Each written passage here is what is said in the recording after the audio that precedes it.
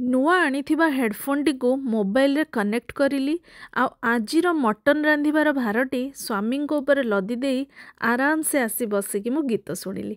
ଆଜି କିଛି କାମ ନାହିଁ, ଯାହା ହଉ ପୁରା ଶାନ୍ତି। ଦେଖୁ ଦେଖୁ ଏହା ଭିତରେ ମଟନ୍ ତରକାରୀ ପ୍ରସ୍ତୁତ ହୋଇଯାଇଛି।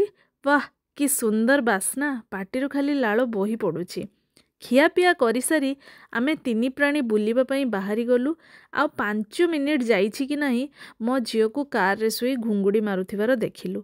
ଦୀର୍ଘ 1 ଘଣ୍ଟା ଡ୍ରାଇଭ୍ କରିସାରିବା ପରେ ଏହି ସୁନ୍ଦର ମନଲୋଭା ଅଙ୍କାବଙ୍କା ରାସ୍ତାକୁ ଅତିକ୍ରମ କରି ଆମେମାନେ ଯାଇ ପହଞ୍ଚିଲୁ ଏକ କୁକୁଡ଼ା ଫାର୍ମରେ।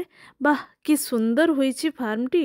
ଫାର୍ମରେ ଟିକେ ବୁଲାବୁଲି କରିସାରି ଚିକେନ୍, ଅଣ୍ଡା ଆଉ କେତେ କ'ଣ ଜିନିଷ କିଣି ଆଣିଲୁ ମାତ୍ର $50ରେ। ଫାର୍ମରେ ଗୋଟେ ବଢ଼ିଆ ଜିନିଷ ଦେଖିଲି, ସେଇଟା କାଲିର ଭିଡ଼ିଓରେ ଆପଣମାନେ ନିଶ୍ଚୟ ଦେଖିବେ। କ'ଣ ସେଇ ଜିନିଷଟା ଦେଖିଲି ଆପଣମାନେ ସବସ୍କ୍ରାଇବ୍ କଲେ ନିଶ୍ଚୟ ଜାଣିପାରିବେ।